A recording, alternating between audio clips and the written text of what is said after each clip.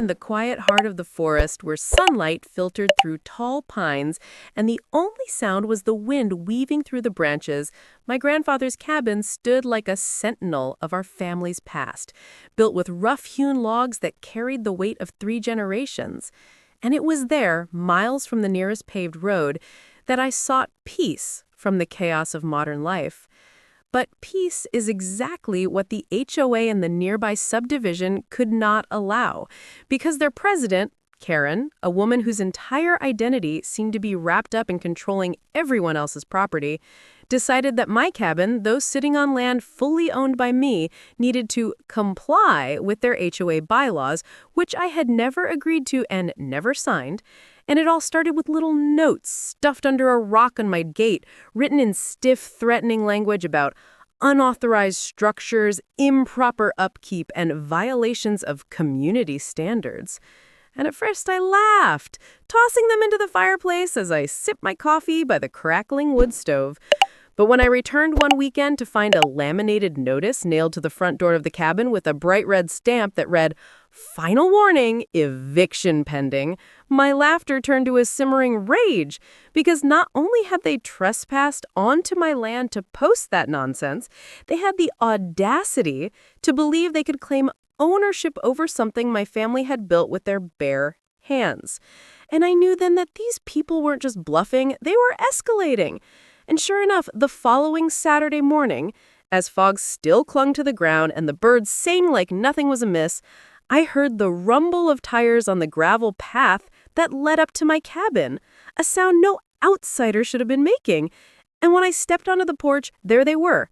3 HOA agents dressed in reflective vests like they were on some kind of official mission, clipboards in hand, cell phones raised as if recording evidence for a case that didn't exist, and one of them, probably the type who thought a name tag made him powerful, marched straight toward the cabin with a rolled-up packet of papers shouting about compliance inspections and seizure of property for unpaid HOA dues, which made my blood boil, because not only had I never joined their HOA, but the cabin was on a plot of forested land that was older than the subdivision itself, and I knew exactly what game they were playing. Intimidation, hoping that I, like so many others, would fold under the pressure of their legalese and bluster. But what they didn't know was that I wasn't the type to fold. Not here, not on this land, not with my family's legacy on the line. So I stepped back inside the cabin, opened the gun rack my grandfather had built decades ago, and took down the same 12-gauge shotgun that had guarded this property for generations, the steel cold and reassuring in my hands. And as I stepped back out onto the porch, the morning light catching the barrel just enough for them to notice, I watched their bravado drain away in an instant, their clipboards dropping slightly, their phones lowering as they realized this wasn't going to be another easy conquest. And I didn't have to shout or threaten, I just had to stand there, calm and unflinching, the weapon cradled in my arms as naturally as someone holding a cup of coffee. And the silence that followed was louder than any words, broken only by the crunch of their boots on gravel as hesitation took root in their movements. Because in that moment, they understood what the papers and bylaws couldn't erase, that this land was mine, that I wasn't afraid of their fake authority, and that if they wanted to push this further, they would have to cross a line they weren't ready to cross. And slowly, one by one, their official inspection unraveled into muttered excuses, retreating steps, and nervous glances back at me, until finally, they turned, hustling back to their SUV parked at the tree line, their tires spitting dirt as they reversed faster than they had arrived. And as I stood there watching the dust rise, the forest quiet once more, I knew this was only the beginning. Because HOAs don't stop after a failed attempt. They regroup, they plot, they scheme. But I also knew something they hadn't figured out yet. I was ready for them, and I wasn't going anywhere. The thing about people like Karen and her HOA lackeys is that they can't stand losing. And the moment they realized I wasn't some timid pushover they could scare into compliance, I knew the fight wasn't over. It had only just begun, because the very next week, I drove into town for supplies and caught sight of one of those same SUVs parked outside the county courthouse.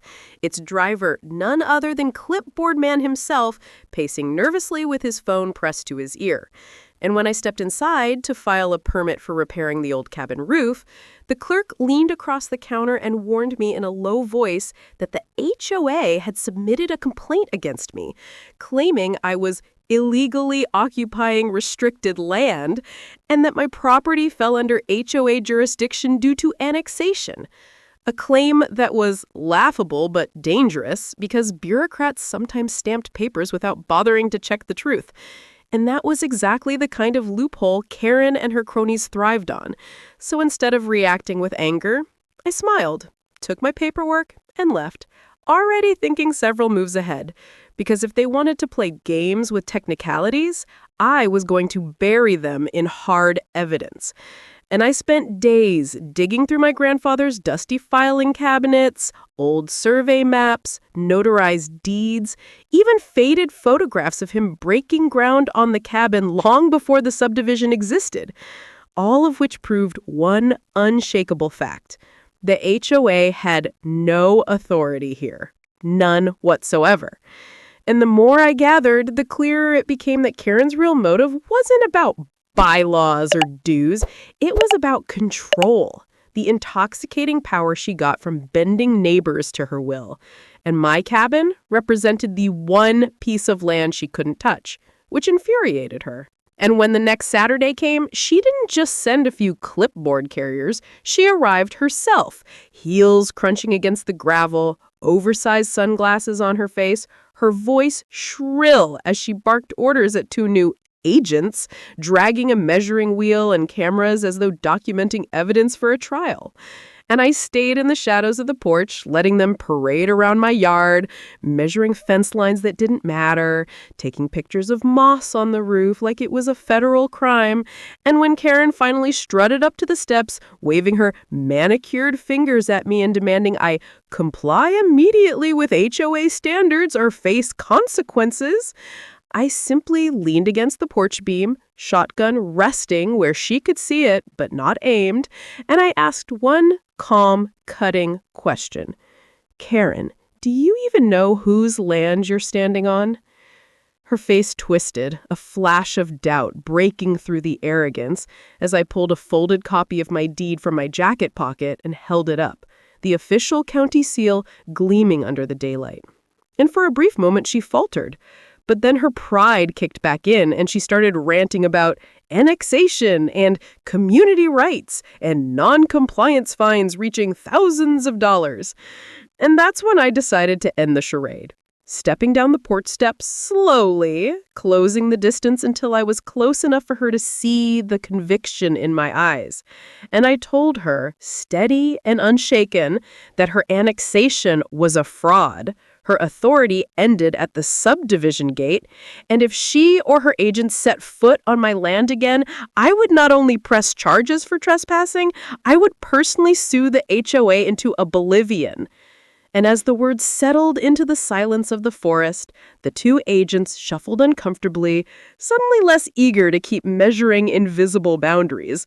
And when Karen finally strutted up to the steps, waving her manicured fingers at me and demanding I comply immediately with HOA standards or face consequences, I simply leaned against the porch beam, shotgun resting where she could see it but not aimed, and I asked one calm, cutting question. Karen, do you even know whose land you're standing on? Her face twisted, a flash of doubt breaking through the arrogance as I pulled a folded copy of my deed from my jacket pocket and held it up, the official county seal gleaming under the daylight. And for a brief moment she faltered. But then her pride kicked back in and she started ranting about annexation and community rights and non-compliance fines reaching thousands of dollars. And that's when I decided to end the charade. Stepping down the porch steps slowly, closing the distance until I was close enough for her to see the conviction in my eyes. And I told her, steady and unshaken, that her annexation was a fraud. Her authority ended at the subdivision gate, and if she or her agent set foot on my land again, I would not only press charges for trespassing, I would personally sue the HOA into oblivion. And as the words settled into the silence of the forest, the two agents shuffled uncomfortably, suddenly less eager to keep measuring invisible boundaries. And when Karen tried to save face with one final scoff, I saw the truth in her eyes. Fear. Because for the first time, someone had stood up to her with both the law and the will to enforce it.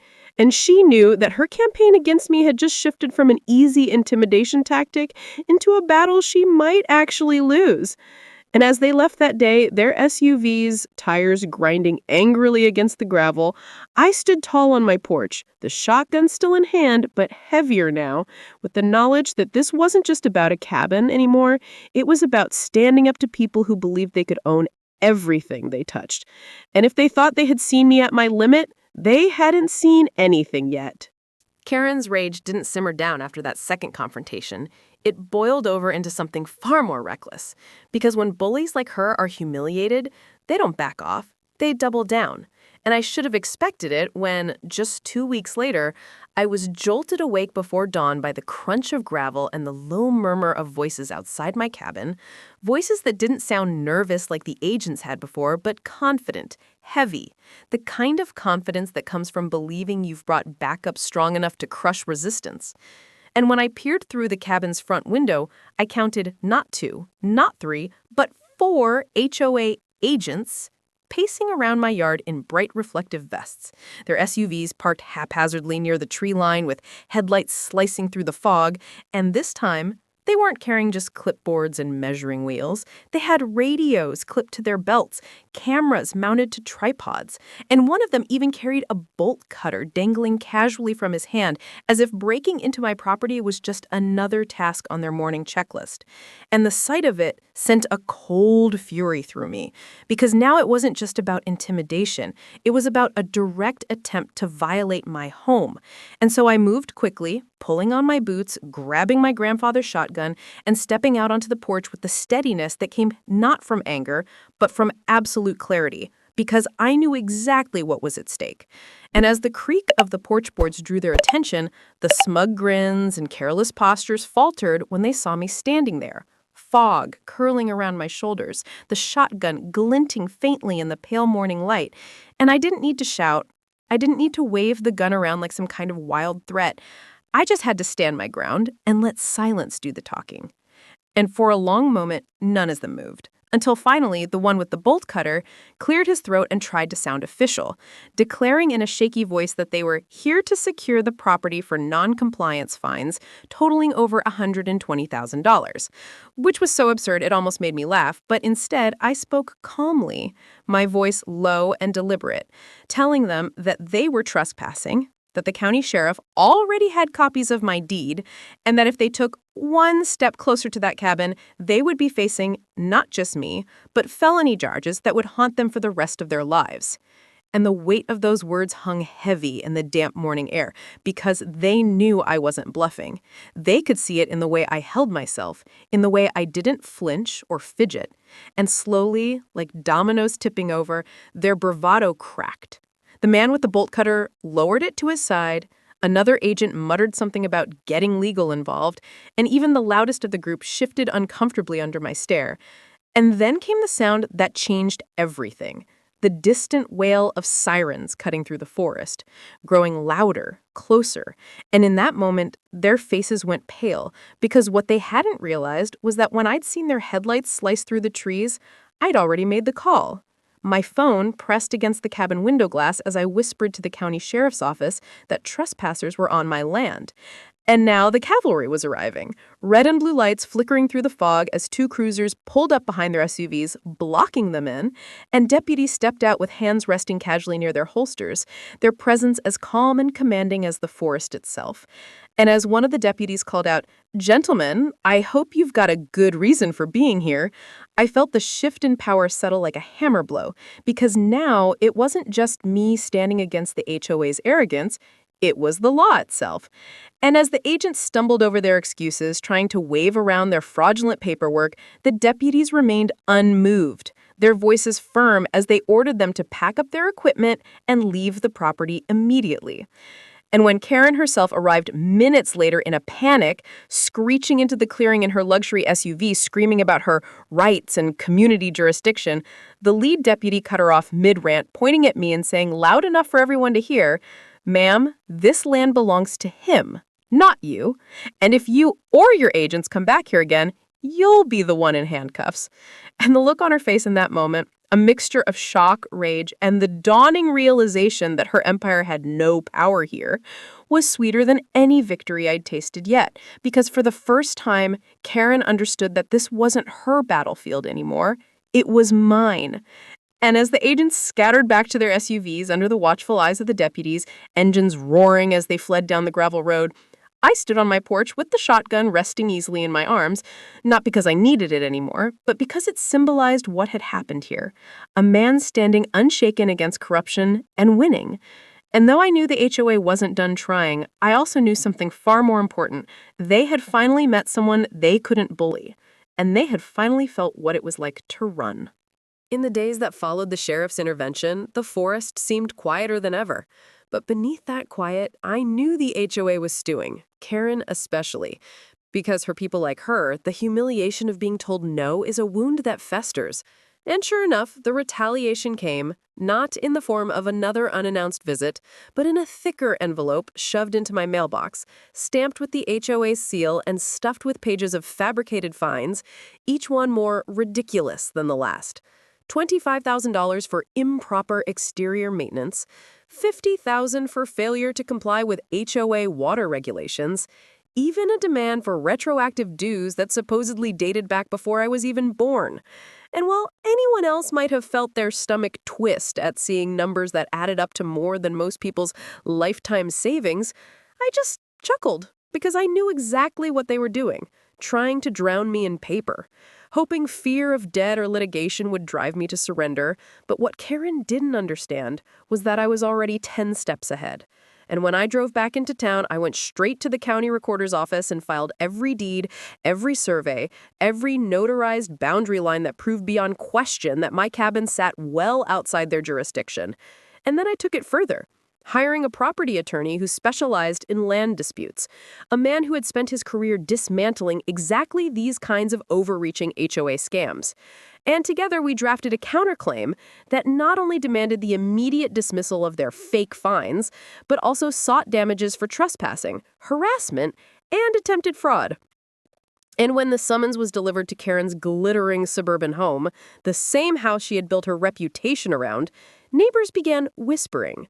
Because suddenly the HOA president wasn't the untouchable Quinn she claimed to be, but a defendant facing legal fire she couldn't dodge. And the pressure only grew when the sheriff's department, at my request, released the body cam footage of their confrontation in my clearing, footage that showed Karen's agents trespassing, waiving fraudulent paperwork, and retreating the second law enforcement arrived. Footage that went viral in the community and painted Karen not as a protector of neighborhood values, but as a power-drunk bully exposed under the daylight.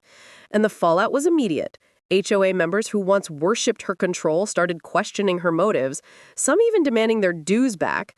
And at the next HOA meeting, reports said the room erupted into shouting matches, Karen pounding the gavel, insisting everything was under control, while members accused her of wasting money, dragging them into lawsuits, and humiliating the neighborhood. But the real breaking point came in court 3 weeks later, when my attorney laid out the case with ruthless precision, presenting deed after deed, photo after photo, even a sworn affidavit from a county official confirming that my cabin predated the subdivision by nearly half a century. And when Karen's lawyer tried to argue annexation authority, the judge leaned forward and asked the only question that mattered. "Ma'am, did your HOA ever secure written consent from this property owner?" And when Karen stammered, when silence stretched across the courtroom, the answer was obvious. And the gavel fell hard. Case dismissed. HOA ordered to pay my legal fees, and Karen personally fined for harassment and trespassing. And as I walked out of that courtroom into the daylight, reporters snapping pictures, neighbors shaking my hand, even a deputy giving me a nod of respect, I realized this was bigger than just me in a cabin. This was a warning to every overreaching HOA president drunk on power. There are limits, and when you cross them, the people you think are weak will rise, and they will fight back. And sometimes they'll win everything. And when I returned to the forest that night, the cabin glowing warmly against the twilight, I sat on the porch with my shotgun resting beside me, not out of fear anymore, but out of tradition, a symbol of resilience. And as the wind whispered through the pines and the gravel road lay empty, I knew Karen and her agents would never dare return, because they had learned the one lesson that mattered. You don't come into a man's home uninvited, not when that home is rooted in generations, guarded by both law and willpower, and not when that man is willing to stand his ground no matter what paper you wave in his face. Because sometimes all it takes to bring down an empire of arrogance is one cabin, one man, and one shotgun gleaming in the morning light.